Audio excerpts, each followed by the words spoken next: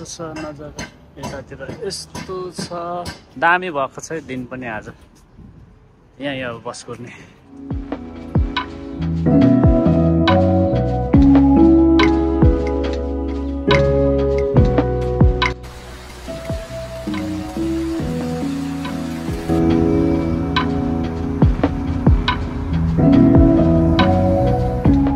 बसमा ढिलो हुने भएको भएर अहिले हामी ट्याक्सीमा चढिहाल्यौँ किनभने अहिले 12 बजेपछि फेरि भात खाने टाइम हुन्छ यिनीहरूको अनि त्यही भएर अनि अगाडि नै पुगौँ कि भनेर हामी चाहिँ ट्याक्सीमा छौँ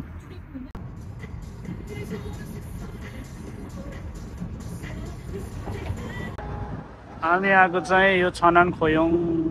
फोक्जी सेन्टरमा हो अनि यो भनेको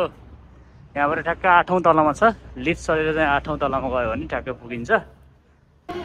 यही हो नदुङमो यदि तपाईहरु चाहिँ कम्पनी छोडेर छनानको नदुङमोमा आउनु भएको छ भने छनानको खोयोङ नदुङमोमा चाहिँ नजानु होला है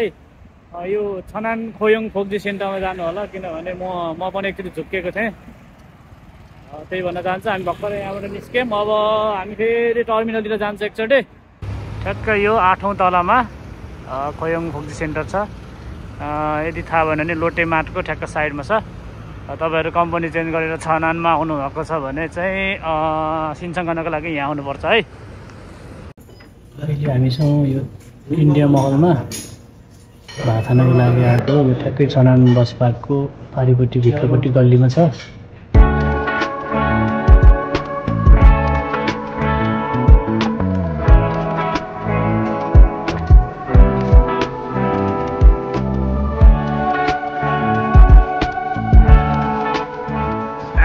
निस्कियो यहाँ छ इन्डिया महल भन्ने अनि ठक्क यहाँबाट निस्किएर यहाँ सबै यो सानो सानो गल्लीहरू छ खाने ठाउँहरू लुगा किन्ने ठाउँहरू छ यहाँबाट ठक्क यस्तो सिधै त्यहाँ गइसकेपछि हो त्यही हो बस टर्मिनल है अहिले हामी छौँ टिकट काउन्टरमा सबै बस्ने ठाउँ टिकट काउन्टर एउटा थाङदिनको हेऱ्यो भने 12.50 अनि 2.5 को रहेछ 2.5 को छ 3.20 को छ हतार 12.50 को 2 मिनट बाँकी थियो तर पाइहाल्यो गाडी अनि अब हामी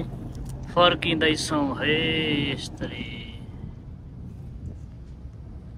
बसमा मस्त थिएछ अहिले हामी यहाँ कहाँ झर्यौँ भने खास हामी खिरिसीमा झर्नुपर्ने तर हामी साप्क्योमा झरे है अगाडिबाट देखाउँछु यहाँ छ यो साप्क्यो हो भनेर लेखेको छ त्यहाँ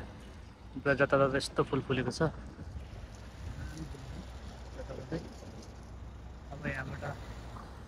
बस पाउँदैन यहाँबाट हामी सायद ट्याक्सीमा जानुपर्छ होला